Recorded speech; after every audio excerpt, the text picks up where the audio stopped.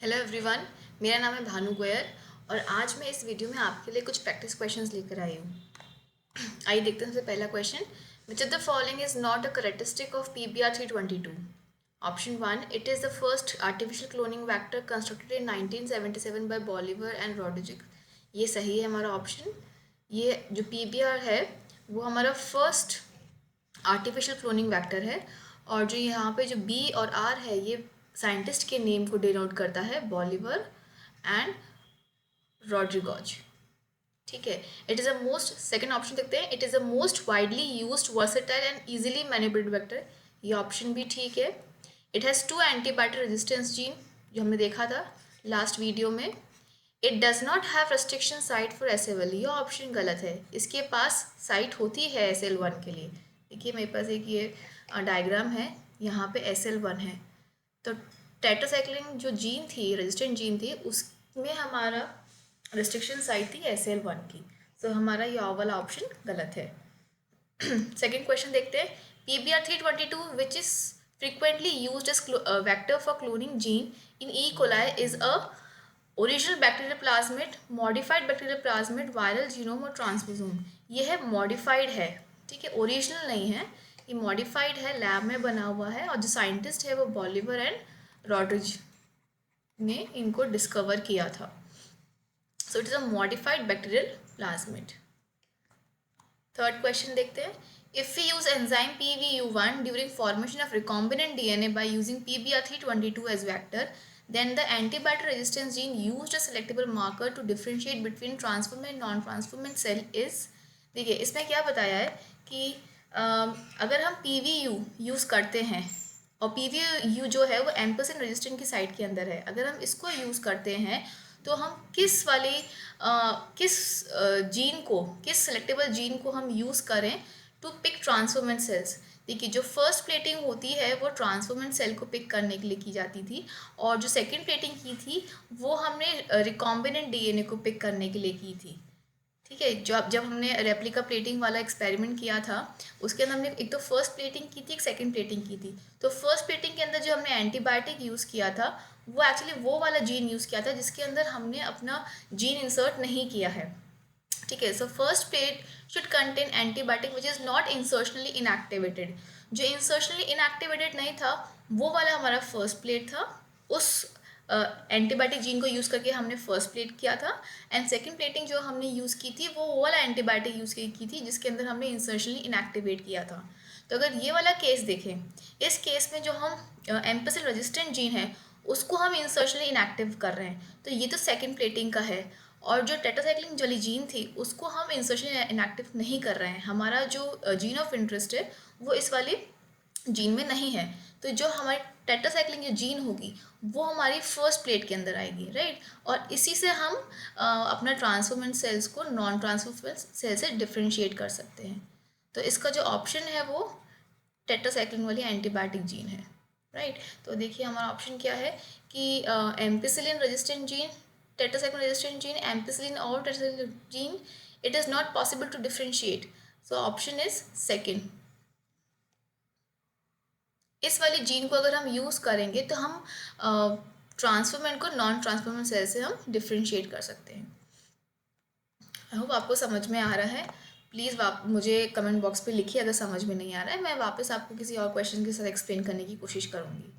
Next question देखते हैं। What will happen if a gene of interest is inserted at restriction site of BAM H1 in cloning vector PBR 322। देखिए मेरे पास फिर वही diagram है। जो BAM H1 की साइट है, देखिए ध्यान से देखिए, ये टेट्रासाइक्लिन रेजिस्टेंट की जीन के अंदर है और जो एम्पिसिलिन रेजिस्टेंट के अंदर जीन के अंदर जो साइट्स होती हैं वो है PV1 की, PST1 एंड SCA1 की। इसको, इस डायग्राम को हमें थोड़ा याद करना पड़ेगा। जो मेजर हमारे रेस्ट्रिक्शन साइट्स हैं उनको याद कर लीजिए। BAM H1 है, SL1 है, HINT3 भी इसी के अंदर आता है और EcoR1 तो सेलेक्टेबल मार्कर्स के बाहर ही आता है। ठीक है। यहाँ पे PVU सेकेंड की भी जीन है इधर, ये बाहर है सेलेक्टेबल मार्कर्स के। What will happen if a gene of interest is inserted at the restriction site of BAM H1 in cloning vector? अगर हम इस BAM H1 के अंदर अपना रेस्ट्रिक्शन साइट, इस रेस्ट्रिक्शन एंजाइम को यूज़ करके इंसर्ट करते हैं GOI, तो क्या होगा? The recombinant will lose ampicillin resistant due to insertion inactivation, जी नहीं, एम्पिसिलिन रेजिस्टेंट के अंदर तो कुछ हुआ ही नहीं है, द रिकॉम्बिनेंट विल लूज, ये वाला तो कुछ यहाँ पे तो कुछ छेड़छाड़ हुई ही नहीं है। अगर सेकंड ऑप्शन देखें, restriction site at non selectable regions will be lost, no, जो नॉन सेलेक्टेबल रीजन्स है, जैसे ये वाला नॉन सेलेक्टेबल रीजन्स है, ये वाला है, ये वाला है, यहाँ पे कोई भी, यहाँ पे भी हमने कुछ अपना इंसर्ट नहीं किया है। थर्ड देखते हैं, the recombinant will show resistant for tetracycline after insertion at this site, no, यहाँ की टेट्रासाइक्लिन जीन जो है वो डिस्टर्ब हुई है, तो ये अपना रेजिस्टेंस शो नहीं करेगा। ठीक है, तो ये ऑप्शन भी गलत है। The recombinants will lose tetracycline resistant gene due to insertion inactivation, ये वाला हमारा ऑप्शन सही है। जो सॉरी, ये वाला ऑप्शन हमारा सही है, ये वाला हमारा गलत है, ये वाला हमारा गलत है, ये वाला हमारा गलत है, ये वाला हमारा सही है। ओके, क्योंकि हमारा टेट्रासाइक्लिन जो जीन है, रेजिस्टेंट जीन है, उसके अंदर अपना इंसर्शन इनएक्टिवेशन किया है, तो ये वाला जो जीन है ये अपना अपना जो प्रॉपर्टी है वो लॉस कर देगा। नेक्स्ट ऑप्शन देखते हैं, read the given statement and select the correct option.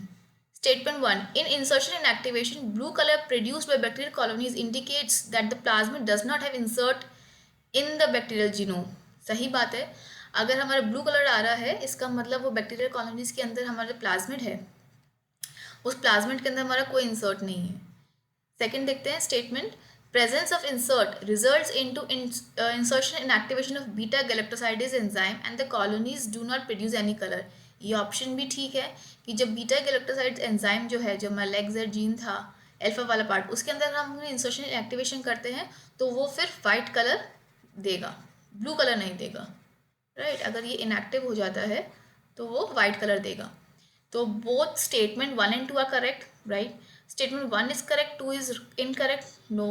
Statement 1 is incorrect, Statement 2 is correct, no. Both statement are incorrect, नहीं। जो हमारा ऑप्शन ए है वो इसका आंसर है। नेक्स्ट क्वेश्चन देखते हैं, the colonies of recombinant bacteria appear white in contrast to blue colonies of non recombinant bacteria because of, जो नॉन रिकॉम्बिनेंट बैक्टीरिया है उसके अंदर तो ब्लू कॉलोनीज आएंगी और जो रिकॉम्बिनेंट बैक्टीरिया है वो वाइट कॉलोनीज आएगी। इसका रीज़न क्या है? First, insertion inactivate of alpha galactosidase in recombinant bacteria, alpha galactosidase की तो बात ही नहीं है इसमें, ठीक है। Insertion inactivation of alpha galactoside in recombinant bacteria, फिर से अल्फा गैलेक्टोसाइड की कोई बात नहीं है। Inactivation of glycosidase enzyme in recombinant bacteria, glycosidase enzyme की भी तो बात ही नहीं है इसमें। Non recombinant bacteria containing beta galactosidase, जी हाँ, इसका ऑप्शन 4 है। जो नॉन रिकॉम्बिनेंट बैक्टीरिया है उसके अंदर जो बीटा गैलेक्टोसाइड एंजाइम है, लेगजेड जीन, राइट, ये बीटा गैलेक्टोसाइडेज को कोड करता है, ठीक है। तो ये नॉन रिकॉम्बिनेंट मतलब अगर हम इसके अंदर छेड़छाड़ नहीं करें तो ये वाला क्या देगा? Blue colonies. वही बता रहा है कि नॉन रिकॉम्बिनेंट के अंदर तो ब्लू कॉलोनीज आएगी एंड रिकॉम्बिनेंट बैक्टीरिया जो है वो वाइट कॉलोनीज देगा। इसका रीज़न क्या है? यही कि अगर हम नॉन रिकॉम्बिनेंट बैक्टीरिया के अंदर जो लेगजेड जीन को अगर नहीं छेड़ेंगे तो हमें ब्लू कॉलोनीज मिलेगी, ठीक है।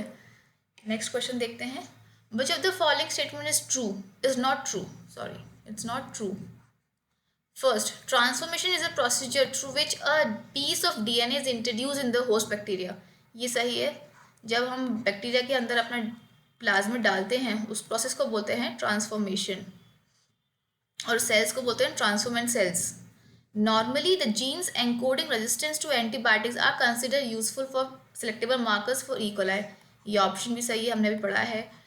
टेट्रासाइक्लिन की जीन है, एम्पिसिलिन की जीन है, ये सब क्या है? जीन है वो एंटीबायोटिक्स को रेजिस्टेंस शो करती हैं और ये एक सेलेक्टेबल मार्कर्स की तरह यूज़ की जाती है क्लोनिंग वेक्टर्स के लिए। The normal E coli cell do not carry resistance against antibiotics such as ampicillin, chloramphenicol, tetracycline and kanamycin, ये भी सही है। जो नॉर्मल ई कोलाई की सेल है उसके अंदर ये सब जीन्स नहीं होती हैं, हम एक्चुअली जेनेटिकली मॉडिफाइड करते हैं ई कोलाई सेल्स को, उनके प्लाज्मिड्स को, और फिर उसके अंदर हम ये रेजिस्टेंस जीन डालते हैं जिससे कि वो सिलेक्टेबल मार्कर्स की तरह यूज़ की जाए। जनरली नहीं होती है, नॉर्मल ई कोलाई सेल के अंदर नहीं होती है, normal E coli cell antibiotic से मर जाता है, ठीक है, तो ये ऑप्शन भी सही है। 4 देखते हैं, presence of one recognition site within the vector will generate several fragments which will complicate the gene cloning. जी नहीं, एक रिकॉग्निशन साइट है, अगर एक आ रही साइट है तो एक ही साइट निकलेगी, उससे सेवरल नहीं निकलेगी। तो ऑप्शन 4 इज नॉट ट्रू। देखिए, all the antibiotics are use to kill bacteria. जितनी भी एंटीबायोटिक्स हम यूज़ करते हैं वो बैक्टीरिया को मारने के लिए यूज़ करते हैं। The plasmids for cloning are genetically modified and genes resistant to these antibiotics are inserted inside the plasmid. These resistant genes are use to selectable markers. ये ऑप्शन 3 के लिए इसका रीज़न है। ठीक है, जनरली क्या होता है, इक्वल है नॉर्मल इक्वल है सेल में हमारे पास कोई एंटीबायोटिक जीन्स नहीं होते, रेजिस्टेंट जीन्स नहीं होते हैं, उसको हम इंसर्ट करते हैं, आर्टिफिशियली मेड करते हैं, तब जाके हम उनको वेक्टर्स बनाते हैं। अगर हम ऐसे देखेंगे तो कोई भी हमारे पास एंटीबायोटिक जीन नहीं होता है, तो ये सारे एंटीबायोटिक में मर जाते हैं इकोलाई नॉर्मली।